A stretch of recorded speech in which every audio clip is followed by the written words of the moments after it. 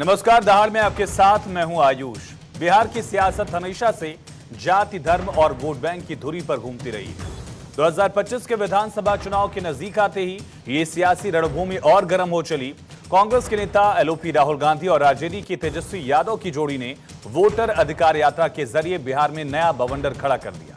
इस यात्रा का मकसद है मतदाता सूची में कथित गड़बड़ियों को उजागर करना, लेकिन इस दौरान मुंगेर की खानकाह रहमानी में धर्म गुरुओं से उनकी मुलाकात ने सियासी हलकों में एक नई चर्चा छेड़ दी है।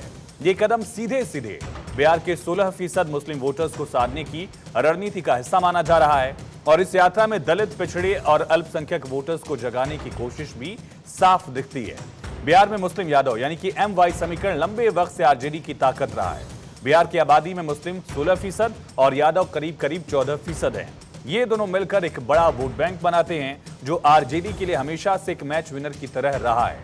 2020 के विधानसभा चुनाव में आरजेडी को 80 सीटें मिली, इसमें MY समीकरण सबसे बड़ा माना गया। तेजस्वी यादव इस बार भी इसी समीकरण को बुनाने की कोशिश में हैं। खानकाह रहमानी जैसे धार्मिक केंद्रों में जाकर वो मुस्लिम वोटर्स को संदेश देना चाहते हैं कि उनकी पार्टी उनके हक यानी मुसलमानों के हक की लड़ाई लड़ रही है। दूसरी तरफ है बीजेपी एनडीए। बीजेपी हिंदुत्व के अपने पुराने और आजमाए हुए फॉर्मूले पर लगातार चल रही है। 2014 और 2019 के लोकसभा चुनाव में हिंदू वोटर्स का ध्रुवीकरण बीजेपी के लिए गेम चेंजर साबित हुआ। राम मंदिर, राष्ट्रीयता और हिंदुत्व जैसे मुद्दों ने, राष्ट्रवाद जैसे मुद्दों ने बीजेपी को हमेशा फायदा पहुंचाया। ये बीजेपी की ताकत रहे हैं और 2020 के चुनाव में बीजेपी को 24.4% वोट जो है वो मिला और 53 सीटें मिली थी, जो एनडीए के 29-30% वोट शेयर का एक बड़ा हिस्सा रहा। लेकिन सवाल यह कि क्या राहुल तेजस्वी की रणनीति पूरे बिहार में काम करेगी, जहां हिंदू वोटर्स की तादाद 80% से ज्यादा है। और दूसरी तरफ यह भी सवाल कि इन पर बीजेपी का हिंदुत्व कार्ड कितना भारी पड़ेगा। इसका जवाब बिहार की जनता ही देगी, लेकिन इतना तय है कि राहुल और तेजस्वी की खानकाह यात्रा और बीजेपी का हिंदुत्व दांव बिहार का 80-20 का गेम सेट करने में कोई कसर नहीं छोड़ रहे हैं। अब देखना यह कि बिहार का वोटर इस सियासी शतरंज में किसके पक्ष में चाल चलता है। दहाड़ में आज इसी मुद्दे पर करेंगे चर्चा, लेकिन उससे पहले सियासी वार पलटवार।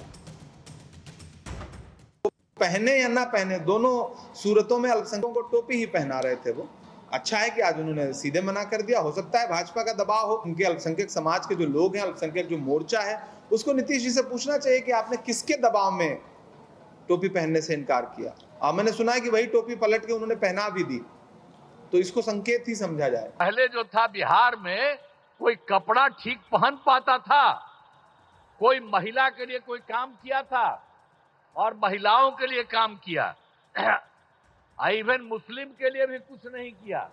हम लोगों ने सबको के लिए काम किया है। तो आज की दहाड़ शुरू करने से पहले उन सवालों का रुख करेंगे जिनके इर्द गिर्द ये चर्चा रहने वाली है।